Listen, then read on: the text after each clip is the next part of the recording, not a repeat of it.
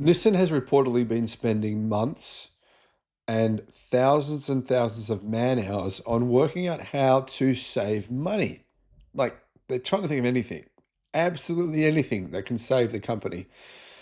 Doesn't matter how big or how small it is. So, in light of that, you probably wouldn't expect that Nissan just revealed a $25,000 electric car, which is actually pretty good. And this means that it has beat basically everyone to market with a compelling $25,000 electric car in the United States. Unfortunately, the price won't be replicated in places like Australia, though. YouTube's new algorithm means that you're often not getting all of our videos in your feed. There's 7,500. I'm pretty sure you're probably not seeing a lot of them. In the description, there is a link to our newsletter. Click on that and you can get an update every day of all the latest news in the electric car industry. Hello, my friends. Welcome to the channel. I'm Sam Evans, and I should provide you with some context here. Nissan has cancelled the Ariya. It sold the Nissan Ariya for nearly 3 years in the US, but because of import duties, 15% now, they've decided to stop selling it. And well, to be fair, it wasn't a big seller in the US anyway. Nissan is doing what Tesla had planned on doing with the Tesla Model 3, which never quite worked out, but I mean, to be fair, the Tesla Model 3 base model is a fair bit better car than this is. So comparing the two is probably not all that accurate. But here's the thing.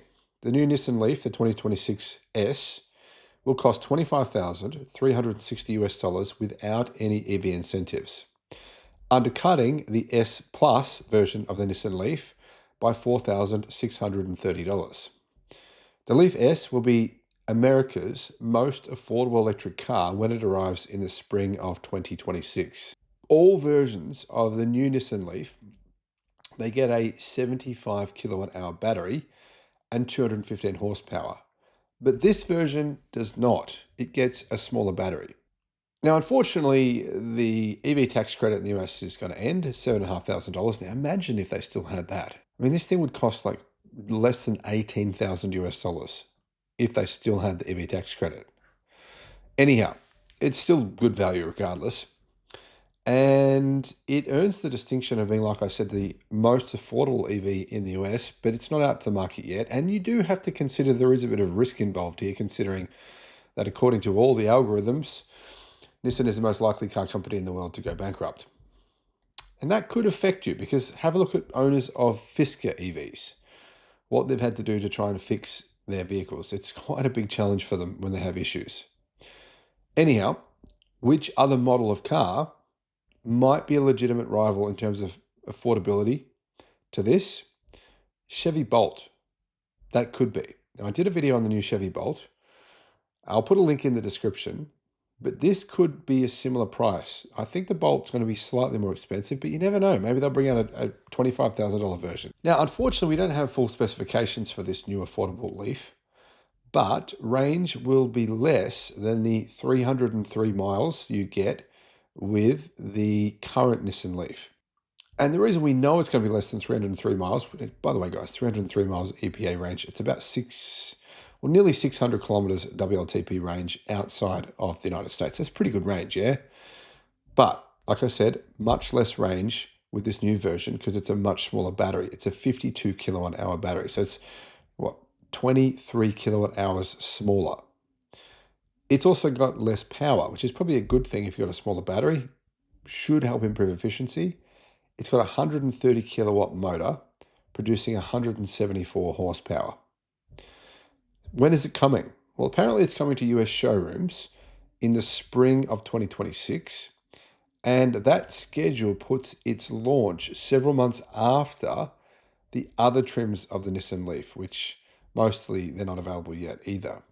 Now, the Nissan Leaf has gone on sale in markets outside of the US, all trims, I believe, in many markets outside the US. But interestingly, it's way better than its predecessor. I mean, it's a much better car. It has more range. It's bigger on the inside. It's got better software. It's more efficient. It's not one of the most efficient cars, I should mention as well. In fact, its efficiency is something we don't want to talk about when it comes to this Nissan Leaf, but it's still a much better car than the previous generation. According to Nissan, the Leaf now holds the lowest starting MSRP of any EV in the country. And yeah, I mean, looking at these prices, the previous generation of the Leaf S was 28,000. It'll now be 25,000. The previous generation of the Nissan SV Plus was 36,000. That version of the car, the new version, is 34,000. Nissan managed to keep the S Plus trim just under the psychological $30,000 mark, which is a pretty big accomplishment. I don't honestly understand how Nissan could be making any profit at all on the $25,000 version. Anyhow, as you can see, the two versions we have of the old version and the new version, both of the new ones are cheaper than the old version. And like I said, the new version is a much better car with more range. Speaking of range, let's have a look at those details. The S Plus and the SV Plus and Platinum trims have the bigger 75 kilowatt hour battery, which delivers up to 303 miles of range. That's 488 kilometers, EPA estimated range. So that's going to be a real world range that you really will achieve. These versions come with a more powerful motor producing 215 horsepower or 160 kilowatt. The base S trim, 52 kilowatt hour battery, 174 horsepower. So you can see there's quite a difference between the base version. And I guess that brings the question up, should you spend an extra $4,500 to get that bigger battery and getting a bit more power at the same time as well? I probably personally would. On the charging front, every US market Nissan Leaf, unlike international versions, gets a NACS port for Tesla Supercharger access and supports vehicle-to-load functionality. Nissan Leafs that are sold outside the US don't have a NACS port, they have CCS2, unlike the old Nissan Leaf which had CHAdeMO or CHAdeMO. The Leaf's redesign moves the model into fastback crossover territory. So this, it's more aerodynamic actually than the previous Nissan Leaf. It has a 173.4-inch body that cuts a more aerodynamic profile than the hatchback it replaces. LED lighting is standard on all models.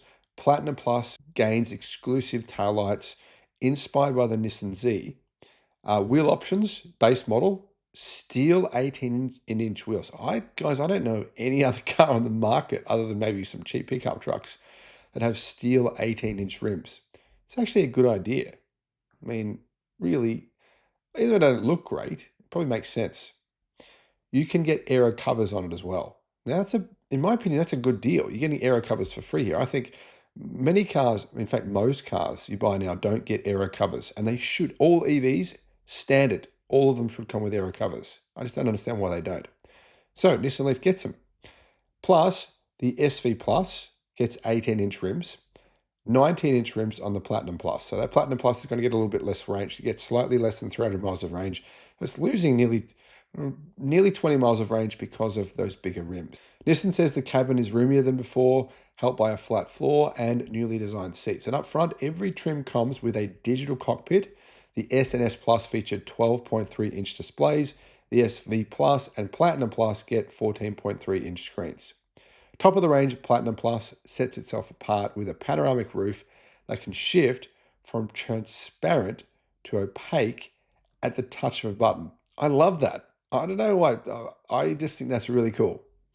It also adds a heads-up display, multicolor ambient lighting, a motion-activated power liftgate, and a 10-speaker Bose audio system. A full suite of driver assistance features is included across the lineup, apparently for every model. Deliveries of the 2026 Nissan Leaf in the US are going to begin fall 2025. Launches are planned in Japan, Europe, and Australia for either the final quarter of 2025 or the first quarter of 2026. Charging speed is 150 kilowatt. And to be honest, this is not a state-of-the-art EV in any way, shape, or form. Efficiency, nah, but range, it's not bad, it's okay, but not up there with the best. Charging speed, not great, to be honest. But it is actually pretty good value. And Nissan's not trying to say, hey, this is the best car EV you can buy. It's not the best in any segment. It's not the best at anything. But it's a good all-around car.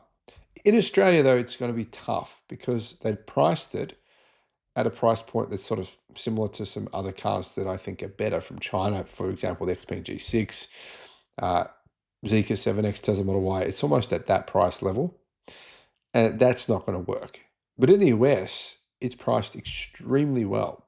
and I think it'll be quite a success. A lot of people in the US don't know about Nissan's financial position, so they're not aware of the risk they're taking when buying a new car from Nissan. Let's be honest, basically every algorithm says Nissan will go bankrupt within the next 3.5 years. Some of them say 2 years.